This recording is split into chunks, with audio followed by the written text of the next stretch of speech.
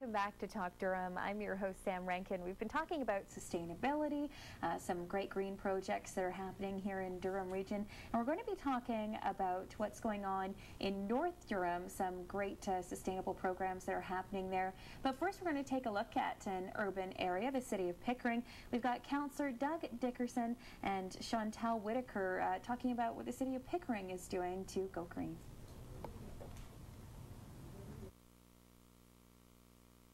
In its entirety, and no one can define really what the entirety of sustainability is because it continues to grow. There's a lot of really exciting programs going on in the city of Pickering right now. One of the ones we're working on is our Sustainable Placemaking Initiative. Sustainable placemaking is about turning a suburban community into a sustainable city. Right now we're working on the disciplines. There's 6 disciplines that we are elaborating on for the built environment component of it. So for that, we're investigating the most sustainable means to address things like urban design, energy, infrastructure, transportation, and the natural environment. Last year, we released the Measuring Sustainability Report. What that is a list of 32 indicators that the public actually helped us select to determine what does sustainability mean for Pickering. How do we know when we're getting there? So for the 32 indicators, we released this report, some of which we had to go back and fine-tune the data, collect more data. So it's a living document. We're re-releasing the document this fall. And a major component of this document is actually going to be integrated from the community survey that we're doing. It's really exciting. I encourage everyone to go on our website June 6th. The survey will be there. I think you'll find it really interesting. One would think that it would be in our natural best interest to want to sell more electricity. Certainly at the end of the day, that's where profit and loss is determined. But our main focus is on energy conservation.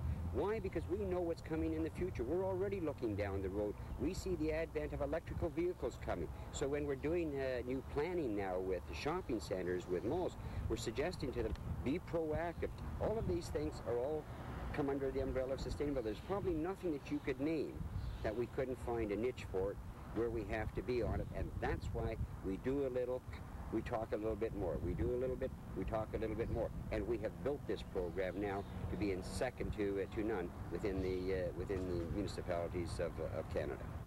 Thank you to Councillor Dickerson and Chantal Whitaker for telling us a little bit about what Pickering is doing to stay sustainable. Joining us now we have Carlie McDonald. She's the program coordinator for Scugog Connections. Yes. So what's happening up in North Durham? What's Scugog Connections working on? So Scugog Connections, I'll just give you a little bit of background on what we are. We are a program that is focused on environmental education within Township of Scugog, which is in the northern part of Durham region here. And we've done a lot of different events, but the great thing about this program is that it's a collaborative. So we don't just have sort of one group trying to focus on specific projects. We've taken different environmental groups within the community and brought them all together to steer a program that's going to be best for the community. So we've got Durham Sustainability, we've got Kawartha Conservation, the Scugog Lake Stewards, and Durham Land Stewardship Council. So it's a great collaborative that sort of pushes us forward into a sustainable future in the community. What we've been doing is, it's been a 3-year program, and we've started, we're just finishing off our 2nd year, and a big part of that is community outreach. We go out and talk to many community groups, different neighborhoods, YMCA, school groups, careers classes, and try to bring everything back to the individual and the community itself. Everything that we do has an impact on the environment and on the water. We focus a lot on the quality of water at Lake Scugog, and just changing simple things in our day-to-day lives is what we really want to push people forward doing. You say you focus a lot on water. Is that one of the biggest concerns facing rural residents in terms of sustainability and green living, I guess? It is in Scugog. It's a very interesting scenario. We have Lake Scugog in Port Perry, and it's a huge focus for tourism. So the way that Scugog Connections was essentially created is the Lake Scugog Environmental Management Plan, which Kawartha Conservation prepared, looked at all of the different factors that are affecting the quality of the lake. So with that, they realized that they needed a communication and education outreach to inform the residents on sort of how their activities are affecting the water quality and how they can change that. So this plan actually determined all of the different nutrients that are going into the lake and that are affecting the lake. I mentioned that Port Perry is a huge tourism destination. With the excess of aquatic growth that's grown in Scugog, it's made it difficult for specific recreation activities. Even boating can sometimes be difficult.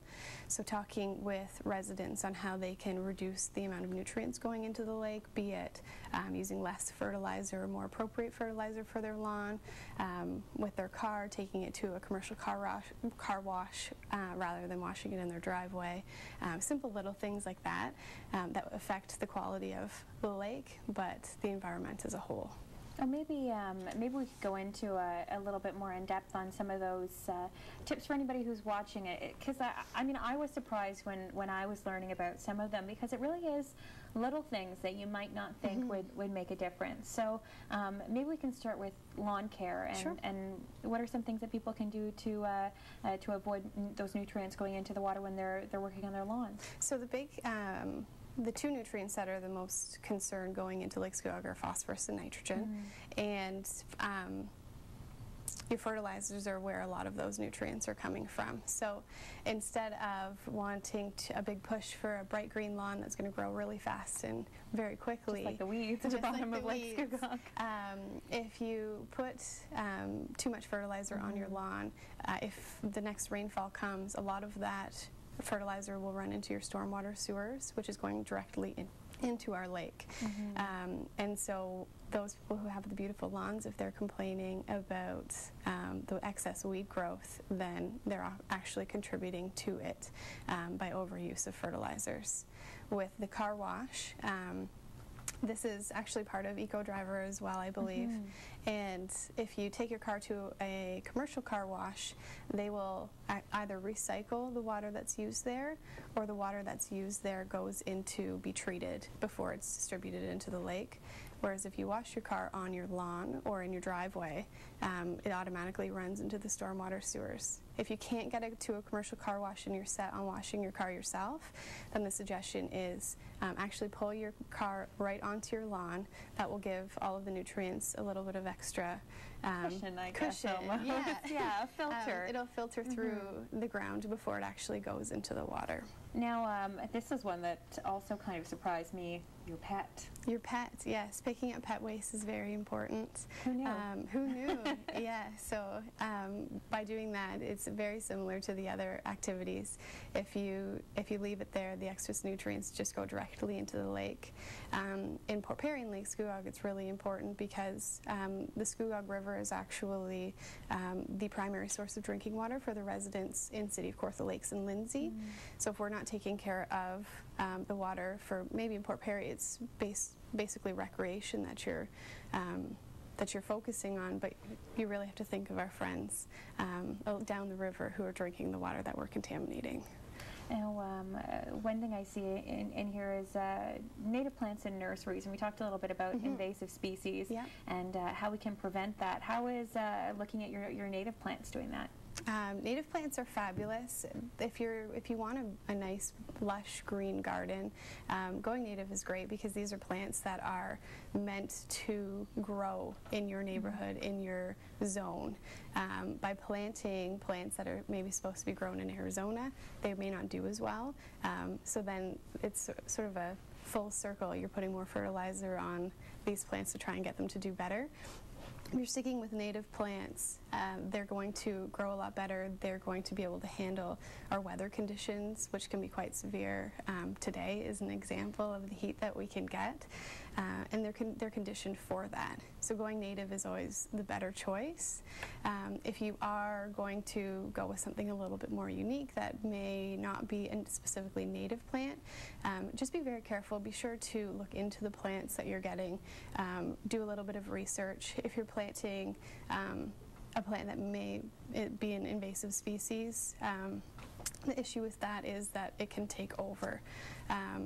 I have a stewardship coordinator who's working with us this summer who informed me that I had periwinkle, also known as myrtle, in my garden, that if planted near a forest can actually take over. Wow. So luckily enough, I'm not near a forest. I have taken it out just to be safe, and you know, these beautiful plants can do a lot more damage than we actually think. Now, just a little bit of time left now, but I do want you to talk about how involved in the community Scugog Connections is. So just a couple of quick examples. We've partnered with the Scout Trees program, and over the last 2 years we've planted 3,200 trees. Just this past Saturday we planted 75 trees with Precious Minds Support Services, and that is a service group who deals with youth who have barriers to learning, and so we actually had them come out and we taught them the importance of trees and allowed them to plant them, mulch them, and water them, and know the full process of it. We do a lot of educational workshops. So we've done invasive species workshops. We've gone out and targeted the equine community with a Healthy Lands for Healthy Horses workshop to teach them about best management practices. We'll go out and talk to rural landowners to teach them how they can take care of their property in a way that's going to be the least harm to the environment. So there's many different things that we're doing. Coming up, we're looking at getting some information evenings set up, so we've got sort of a very informal coffee evening where people can come and learn about hot topics. There's always something changing, there's always something new in the environmental sector, and we want to make it possible for people to keep on track and not get defeated by all of the different things that they're told to change all of the time. One thing I did appreciate that you said earlier was that it can fit into your lifestyle. It doesn't have to be about being green. It can be about what's easy for you. Exactly, and sustainability isn't only about being green. It's making sure that you have an equal balance between the social, cultural, and economic factors as well. Well, thank you so much, Carrie. I really appreciate it. Carlie McDonald, she's with Scugog Connections. Thank you so much about learning a little bit more about sustainability here with us on Talk Durham.